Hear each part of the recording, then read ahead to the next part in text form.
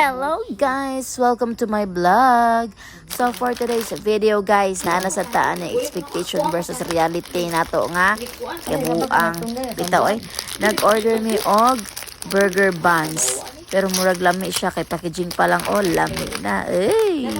Bitaw no? Oh wow! Pwede na to be? Buon sa porma? Apil na ka. Diba? Sige na, dali nagtagta. Oh, gana. Wow! Dagan kay cheese, na lettuce, na hotdog, na ay pipino, mo na isod sa ato ang burger buns. Diba? Lami kaayo mura po siya French bread. Wow, French bread. Bete lawan. Wow, lamig. Oh, wow, nakatangag dayon og pepino. Lamig jud ay kayo ni siya. In fairness, guys, kani nga order namo, lamig gyud siya. Lami ang lasa, lami ang timpla, sakto ang timpla. And barato pa gyud siya. Murag I think naara na siya sa 40 plus ka presyo ang isa ka buok. And then mas lami siya parisa na siya og milk tea. Hala, di ka manambuk ana milk tea Paris.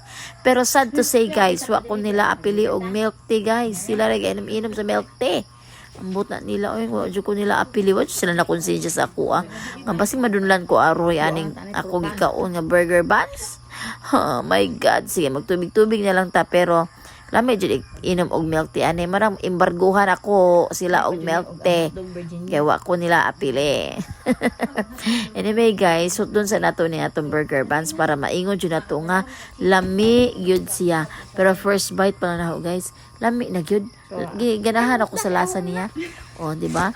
Sugo kagwa ko mapili buang. Na sila nag-discussion pa mi kung unsay amo ang mopalit ba may milk tea lain or dili na, di ba?